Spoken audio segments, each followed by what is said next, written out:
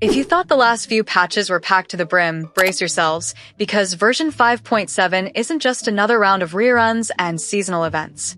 This update is a massive overhaul that brings game-changing Spiral Abyss buffs, a brand new boss rush challenge, some highly requested quality of life upgrades, a free 4-star character, and a lore chapter that may finally answer some of Genshin Impact's longest-standing mysteries. There's no new map expansion this time around, but don't let that fool you. HOYOVERSE is clearly laying the groundwork for something bigger. Everything from the banners to the buffs feels precisely calculated and on point. Now, let's jump into where the biggest shifts are happening, the Spiral Abyss. In version 5.7, Floor 11 provides a flat 60% damage boost specifically to Cryo and Pyro units. But the real game changer unfolds on Floor 12. The first half grants an additional 75% Cryo damage bonus, while the second half applies a massive 75% buff to Night Soul damage. But here's where it gets spicy. Introducing the Frozen Moon mechanic. Every time you trigger a cryo-related reaction, a timed shockwave goes off, dealing true damage. No critical hits needed, no stacking required, just pure reactive power. This drastically elevates cryo units in this cycle, making them absolute abyss monsters. So, who's built for this meta? Skirk, without question. Her leaked animations have hyped up the community, for good reason. Her cryo-based stacking kit fits this environment like a glove. She thrives in freeze comps and takes full advantage of the new reaction mechanics. Then we have Mavuika, who's poised for a big rerun. Her return, for patches after her debut, aligns perfectly with the pyro-friendly buffs, and being an Archon, she's pretty much guaranteed to dominate Phase 2. Moreover, the leaked version 5.7 banner details have just been confirmed, and HOYOVERSE is kicking things off with a powerhouse lineup. Phase 1 features the long-anticipated debut of Skirk, finally stepping into the spotlight after years of build-up. Alongside her, we're also getting seat lollies for his ever rerun, and the introduction of Dahlia, a fresh 4-star Hydro unit making her first appearance on these banners. This phase is clearly built to elevate Cryo and Hydro synergies, especially with the Spiral Abyss buffs tailored perfectly for Skirk's kit and Dahlia's rumored support capabilities. Phase 2 doesn't slow down either.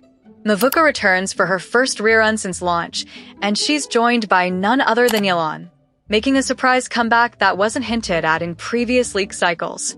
Whether you missed Mavuika the first time, or have been holding out for another shot at Yelan, this patch's banners are stacked across the board. Next, the new Endgame Mode. This isn't just Spiral Abyss 2.0, it's a full-on boss rush challenge featuring a 3-phase structure. You'll need 3 entirely separate teams to take on 3 unique bosses. Lower levels are forgiving. Character reuse is allowed and co-op is enabled. But climb to difficulties 4 and 5, and all of that gets stripped away. No repeated characters. No co-op support. Just pure solo team-building skill and roster management. As for rewards, yes, there are Primogems involved, up to 150 per stage. But the real innovation lies in the resin-based mechanics. For 10 days after the event launches, players can spend an extra 20 to 60 resin per claim in select artifact domains to earn more loot. And here's the kicker. Every 120 resin spent unlocks a special bonus, up to 10 times. At 1,200 total resin, you qualify for a mystery reward. Leakers speculate this could be a long-requested weapon skin, a first for Genshin, and a clear sign that HOYOVERSE is adding more rewarding long-term grind systems. The new arena for this mode is reportedly located to the west of Dragonspine. Now onto system upgrades. We're finally getting dual artifact loadouts per character, along with automatic optimization. You can now prioritize specific sets or stat types with ease. Better still, you'll see preset recommendations based on real-time player data, no more trial and error. Switching from support Nahida to DPS Nahida? Just one click. More improvements include continuous talent upgrades with visual previews, fragile resin usage directly inside domains, skipping long result screens automatically, saving Abyss party setups, world map indicators for condensed resin, and quick glider switch shortcuts. These changes, taken together, smooth out much of Genshin's daily grind. Now, let's talk about freebies. You'll be getting Sethos, 4-star Electro Bow user, completely free, no gacha required. His kit features a 2-stage charged shot. After charging fully, he fires a piercing shadow arrow that travels through multiple enemies, applying electro damage across the board. You can claim him from 5.7's flagship event, rumored to take place in Sumeru. As for events, we're getting a brand new experimental game mode called Battle of Imagined Array. Imagine auto chess meets tower defense. You'll collect units, equipment, and relics to face off against waves of enemies. Some of the rewards even boost talents, making it one of the more impactful events we've seen. It feels like a test run for future competitive content. Alongside that are 2 returning favorites, Boom Boom Colorful Firepower and Reminiscent Regiment, Grand Duel Chapter, and a fresh Traveler's Tales chapter titled Gilded Overflow.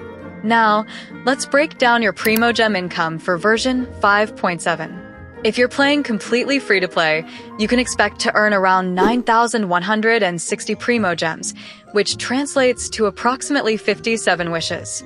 For those who have the Welkin Moon active, your total climbs to about 12,940 Primogems, giving you roughly 80 wishes. And if you're going all in with both the Welkin Moon and the Battle Pass, your total haul for the patch reaches around 14,260 Primogems, equivalent to about 89 wishes. These numbers factor in rewards from daily commissions, events, quests, abyss clears, and other regular sources throughout the update. Now, for lore lovers, this is it. The next Archon quest continues Dainsleif's arc, and it's not just another narrative checkpoint. Without spoiling too much, let's just say it could change how we view the world of Teyvat permanently. I've personally chosen not to read ahead just to keep the experience fresh, and I'd recommend you do the same. Looking ahead to version 5.8, leaks suggest the introduction of a new 5-star Hydro character. According to information shared on Genshin Leakflow's Telegram channel, this character is expected to be a female Hydro user who may serve as an upgraded version of Dahlia.